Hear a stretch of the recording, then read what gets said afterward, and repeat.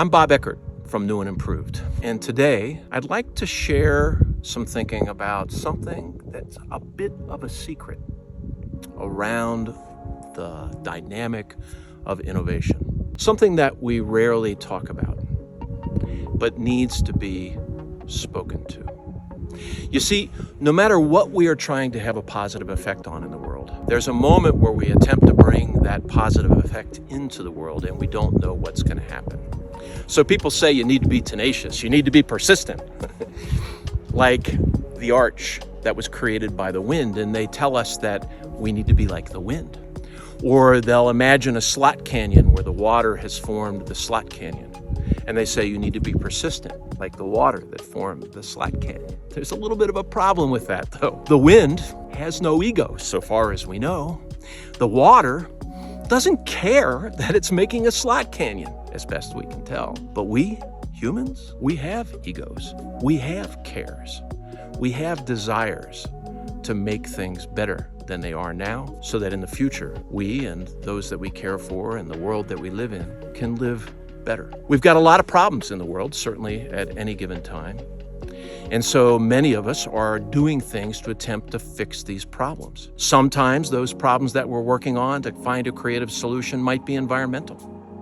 Other times, those problems that we're working on to create some better outcome might be about the way we get along with each other and our desire to be more peaceful. Sometimes those problems might be around our health or around the health of the company within which we work. We're attached to positive outcomes from those things. But the wind that formed Grosvenor Arch behind me, nice double arch, by the way, or the water that formed the slot canyon that we hiked in earlier today, didn't care. So how do we get through that ego attachment, if you will, and the risk associated with taking on a challenge and bringing some potential solution into the world? There are these innovators' values that we've uncovered in studying innovators over the long haul, and there are exceptions to this, but most serial innovators have humility as a base personality characteristic. Humility?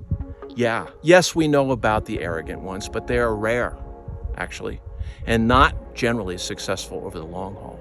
Humility allows us to be curious, and curiosity allows us to learn, and the learning goes into our brain, and our brain does the things that it does. It comes up with new concepts. It comes up with things to make the world more peaceful, to take care of the environment, to grow our organizations, to help people's health. But when the brain comes up with that thing, the person who lives with that brain does not know whether this moment of beginning will end in a moment of success. There is a distance to be gone between the beginning and fruition or failure. One knows not at this moment.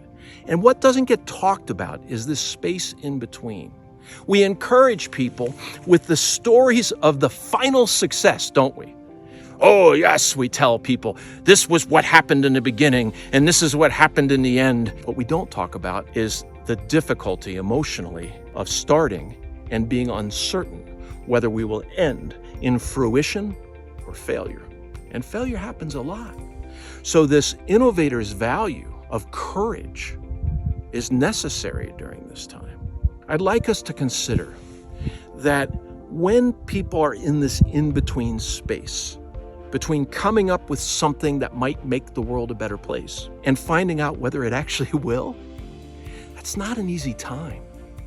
And I'd like to hold in esteem those that are willing to take that risk, to go from the concept that they're uncertain of, putting it into the world to see if they can make it work, and finally ending with either success or failure. Whether you succeed or fail, to me, I want you to succeed, but what I believe you're succeeding at when you start is being willing to take the innovator's path. And the innovator's path is an uncertain one. So I would like to applaud those of you willing to take that path, willing to go that distance, willing to attempt to make a difference, and uncertain about whether you will end in success or failure. It's Bob Eckert from New and Improved, encouraging you to bring newness into the world.